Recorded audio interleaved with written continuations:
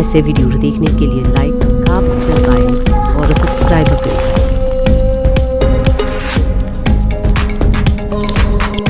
राजस्थान के बीहड़ों के बीच बसा गढ़ कुंडार का इलाका सूर्यास्त के बाद सन्नाटे की चादर ओढ़ लेता था।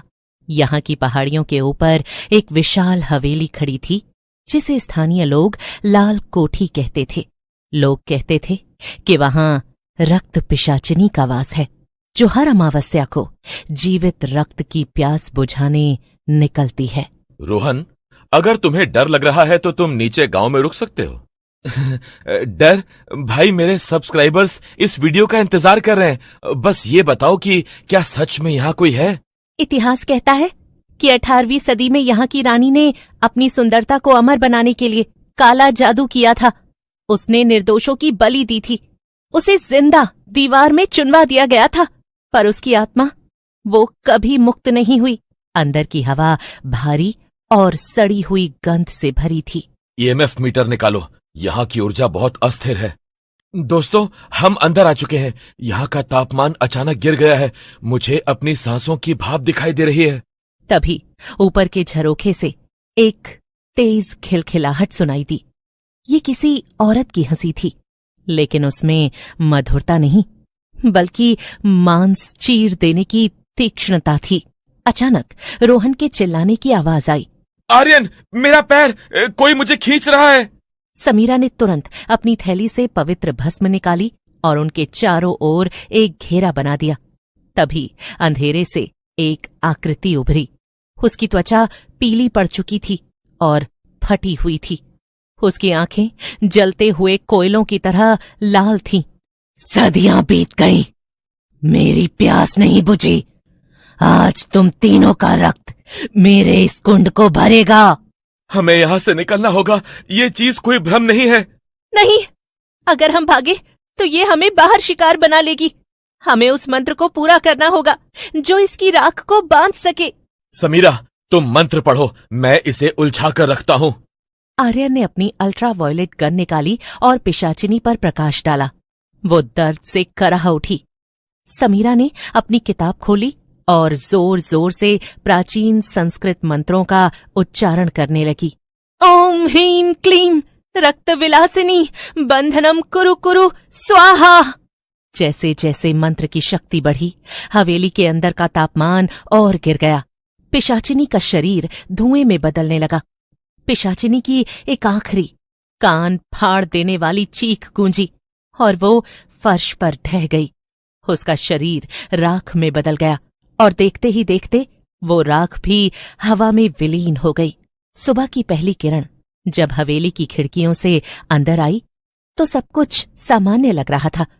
जैसे ही वो बाहर निकले, उन्होंने देखा कि गांव का ठाकुर गजेंद्र सिंह द्वार पर खड़ा था। तुम बच गए, लेकिन याद रखना, वो मरती नहीं है, वो बस सो जाती है। जब तक ये हवेली खड़ी है, उसे फिर से जगाने वाला कोई ना कोई यहाँ जरूर आएगा। शहर पहुंचने के 3 दिन बाद भी रोहन सदमे में था। वो अपने कमरे से बाहर नहीं निकल रहा था।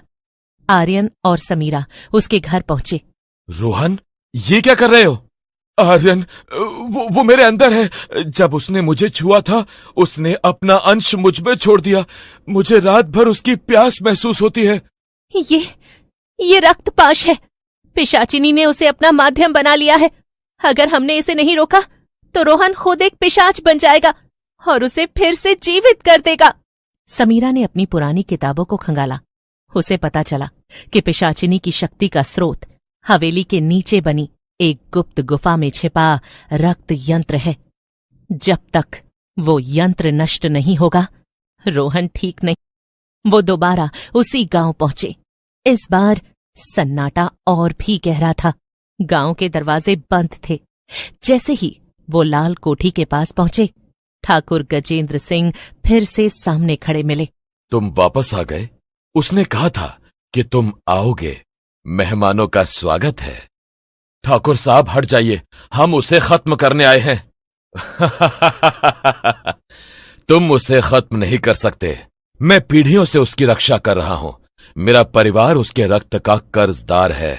हवेली के अंदर पहुंचते ही रोहन की हालत और बिगड़ने लगी। उसके मुंह से झाग निकलने लगा और वो अजीब भाषा में बुदबुदाने लगा। अचानक हॉल का फर्श खुद ब खुद फटने लगा और सीढ़ियां नीचे की ओर जाने लगी। यही है वो जगह, आर्यन संभल के। नीचे की हवा में खून की तेज गंध थी। बीच में एक विशाल पत्थर जिस पर एक स्त्री की आकृति खुदी हुई थी। रोहन अचानक खड़ा हो गया। मेरे यंत्र को पूर्ण होने के लिए एक शुद्ध बलि चाहिए थी। तुमने मुझे मेरा शिकार खुद लाकर दे दिया। समीरा, मंत्र शुरू करो, अब देर मत करो। विनाशाय च दुष्कृताम तव रक्तम तव विनाशम। यंत्र से काली लपटें निकलने लगी। रोहन का शरीर हवा में उछला और वो जोर से चीखा। पिशाचिनी की रूह उसके शरीर से धुएं की तरह बाहर निकलने लगी और यंत्र के अंदर खिंचती चली गई। नहीं, मैं अमर हूं, मैं फिर आऊंगी। अब नहीं, इस बार तुम्हारी राख 7 नदियों में बहेगी। और वो पागलों की तरह ऊपर की ओर भागे। जैसे ही वो हवेली से बाहर निकले, पूरी लाल कोठी मलबे के ढेर में तब्दील हो गई। अगली सुबह सूरज की किरणों ने उस मलबे को छुआ। समीरा ने मलबे की ओर देखा। बुराई कभी पूरी तरह खत्म नहीं होती आर्यन, वो बस अपनी अगली बारी का इंतजार करती है।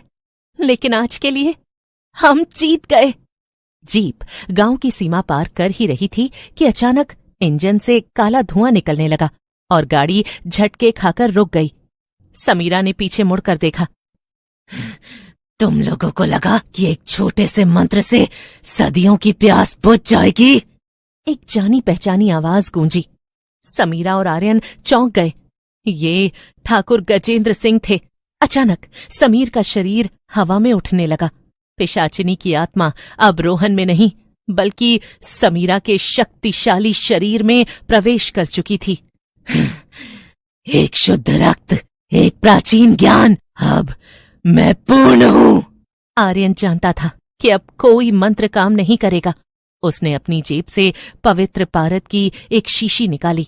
ये आखिरी हथियार था जो किसी भी रूह को हमेशा के लिए पत्थर बना सकता था। लेकिन इसके लिए उसे पिशाचिनी के बिल्कुल करीब जाना था।